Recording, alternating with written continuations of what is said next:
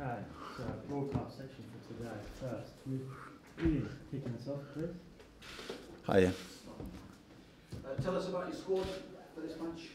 Any concerns, any injury worries? I mean, you've got Andy Carroll. Back in the squad, yeah.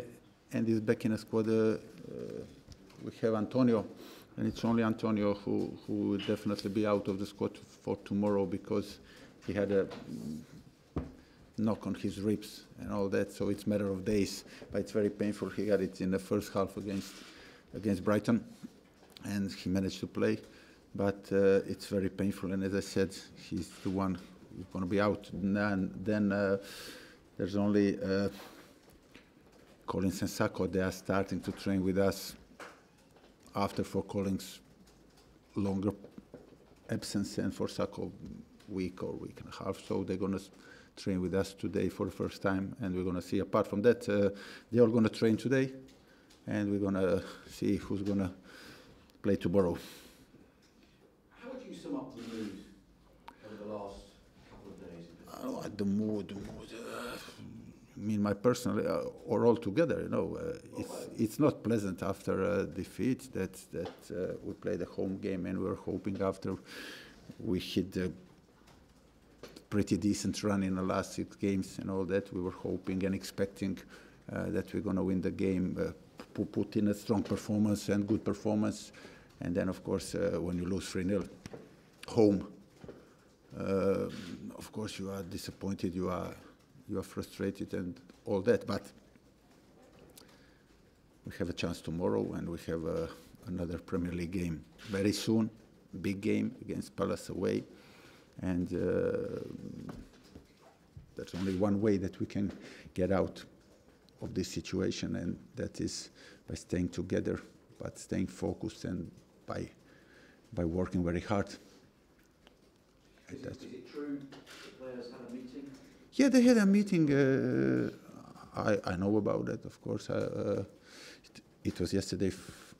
First, I had a meeting with Mark. Before that, it was a long meeting, chat, or whatever you want to call it. And then after that, they had a meeting, which I find very positive, of course. They also know the situation, that is serious and all that, and we have to play better and to get points, especially from our home games. Yeah. Do you sense that the players are with you?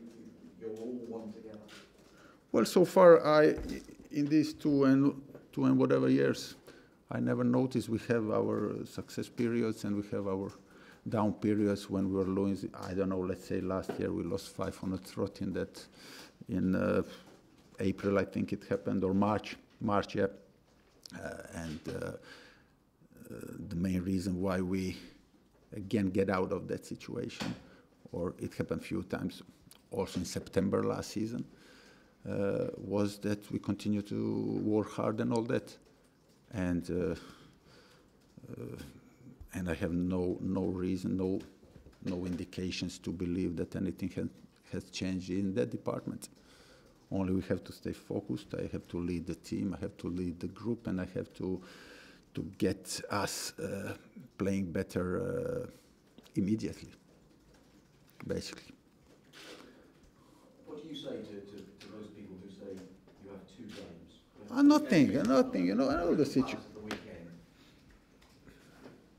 To be fair, I have a game tomorrow, and that's all I'm focused on. So I don't even count. Not because of the situation, but the game tomorrow is also very big for us, you know. And look, I told you a few times, not maybe you personally, but to the press that all that I can do, and all that I want to do, and basically all that I'm doing is being totally focused and determined on my next game, on my next training, because it's the only way that you can expect the things to turn around. Do you sense that if you can beat Tottenham in this competition and you can have a good cup run, it's just exactly what you need to head in the right direction? Exactly, you know, that's our chance, and the chance is not it's not coming in couple of weeks' time or whatever, or 3 weeks. It's like now, it's like tomorrow night, which is in this situation really a good thing. We have to lift up ourselves, that we already done. Training yesterday, we have training today. I have few talks with the players individually and all that, and as I said, we have to play better than we done on Friday. Friday was kind of a very disappointed also, although every Premier League game is a difficult game, of course it is, and we expected to have a difficult game, but that game it came, as I said before the game, in few days or few press conferences, that we picked up 8 points. We had some clean sheets. We had some players back from the injuries or from long absence or that. So it was basically all there, and there's no excuses for that performance, especially the result. And of course, as I said after the game, I'm the manager of the team in good and bad times. I'm the manager when you're getting praise, and of course it's my full responsibility to do it. So what's your approach going into this match then against Spurs? Do you stick with the players that you've got and tell them that things have to be better? Do you think about making changes? Do you rest players ahead of the matches? Well, we have to consider all three of that. Of course, I will never lose my faith in the players. They are my players. They are my team. With some of them, it is my third season here. With the new players, it's mostly I was involved, at least in their coming to the club, and of course I rate them very, very highly, and it's a big part of my job to also demand from them to play better, but also to help them to hit that form that we all want them to hit, them as well. So we both have the same aim, the same perspective, the same goal. Is it short goal for tomorrow or longer goal for the season? And as I said, it's my job to do it, or to help them do it, but definitely to lead them. What are your thoughts about going to Wembley, about playing to Wembley? Could that inspire your players, do you think? I don't think that we need that inspiration, when we play. It's because we can't talk about now it's Wembley and we're going to put some more effort. No, but it's a big game. Is it a big game? It is a big game. It's a cup. If you go through, who goes through? It will go to quarterfinals, and all that. You are playing Spurs. It's massive every time you play them. It is a derby, and okay, it's on Wembley, It also makes it a bit special, but that's not motivating us more than normally. Can I just get your thoughts on what's happened earlier this week at Everton with Koeman losing his job? You had a spell at Everton. Yeah, I mean, does it surprise me? In his case, yes. In his case, yes. Although it's like we all go and talk about, and I'm not saying that because I'm in a kind of that sort of situation, and to defend. I was saying the same when, for example, when we had a really great first season, who got a sack? Few of them got a sack in that period, like Kike Flores from Watford, and I was very secure then. Let's be honest, and I said it like it's not normal. We're all talking about it's a new modern era, and it's kind of a normal. Those are the mechanisms, but still, it's a in Koeman's case, it's like his credit's gone like in no time, basically, in no time. But as I said, after Ranieri, nothing surprised me anymore. What would winning at Spurs mean to you? A couple of calm days, at least, at least in the press conferences, you know. But basically, we need a bigger boat, you know. We need after Spurs. That's Palace away. So, but it would be good, of course. But as I said, it's it's different competition, you know. Win against Spurs will not improve your position on the table or improve your before the game on Saturday. Still going to be massive, but of course to go through in the cup, it will get back the confidence that we built in the last 4 or 5 weeks, and that we damaged a bit in a game against Brighton. Yeah, thanks. Adam? Just a couple quickly. Yeah. You said you've had a meeting with Mark, the players had a little chat as well. Have you been speaking to the owners? Have you had a conversation with them about what's been happening? Yeah, I have every time after the game, I have a conversation with the chairman.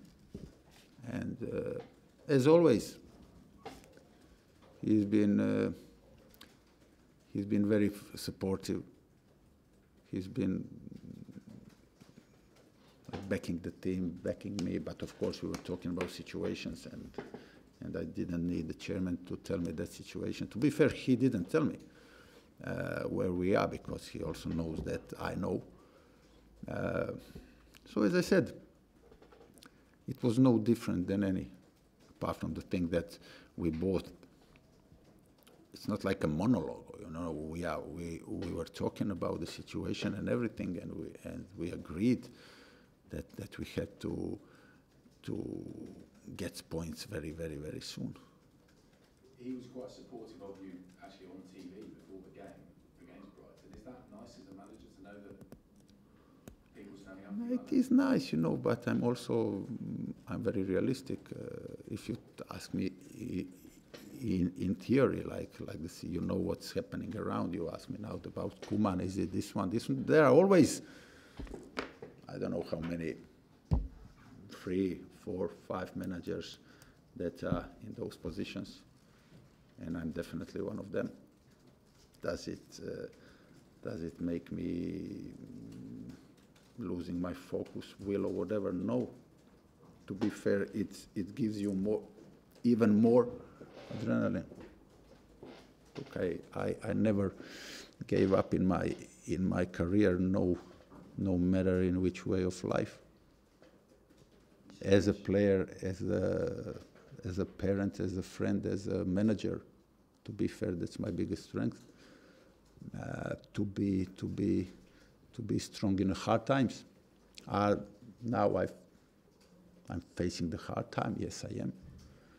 But that doesn't scare me. You kind of mentioned it there. Obviously, when you played here, I know it was a little while ago back in United, but you know the fans knew you for that passion, that wanted to win in whatever the circumstances. Have you had to sort of draw on that personality now as a manager in this situation? Yeah, but I don't have to ignite it now. That's my biggest quality, you know. To have that energy and to have those emotions. Of course, there's also disappointment, you know what I mean. But as I said, I mean, it's not in this job, it's in every job I had so far. In the bad times, I never hide behind anything. I simply don't want to do it. Even for some things that are not my responsibility, I'm really taking it because it's the way I want to do, and that's it.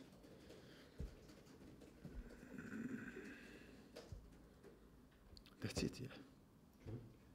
Slaven, Marco Arnautovic come in for a lot of criticism from Jamie Carragher on Friday night. I just wondered if some of your new signings are letting you down a little bit. No, they didn't let me down. They didn't let me down. Someone is letting you down in no matter what way of life when that person is doing it deliberately, you know what I mean? No, he didn't. I spoke to him. few times already. And he wants, he tries.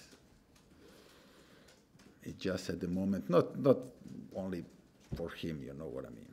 It would be a disaster or whatever that we put the blame on one player or two players or even three players. We are all in the same boat, and we all have to do better. Spoke to Marco. He's a great talent. He proved himself in the Premier League. He really wanted to come here, and his first spell here has been disrupted with first of all first red card and all that, and then a bit of flu, and then international break altogether. But I'm very, very positive, and I'm sure that sooner or later, but it would be really important if it happens as soon as possible. West Ham fans gonna be delighted with him, because he's got that quality in himself, and we all have to help him. That's why I also had a talk with him yesterday about it. West Ham will benefit from Marko Arnautovic. Another new signing, Joe Hart. Some people found him a criticism for the second Brighton goal. Will he start tomorrow, or are you tempted to play Adrian? We're gonna say, tomorrow it's going to be Adrian, not because of that goal. Joe, I don't want to pinpoint the players, especially not in front of the media, in that after we had a bad spell in first 3 games, when we conceded 10 goals, not Joe Hart, but he's the keeper, okay? Then we hit a good form. We had few clean sheets, and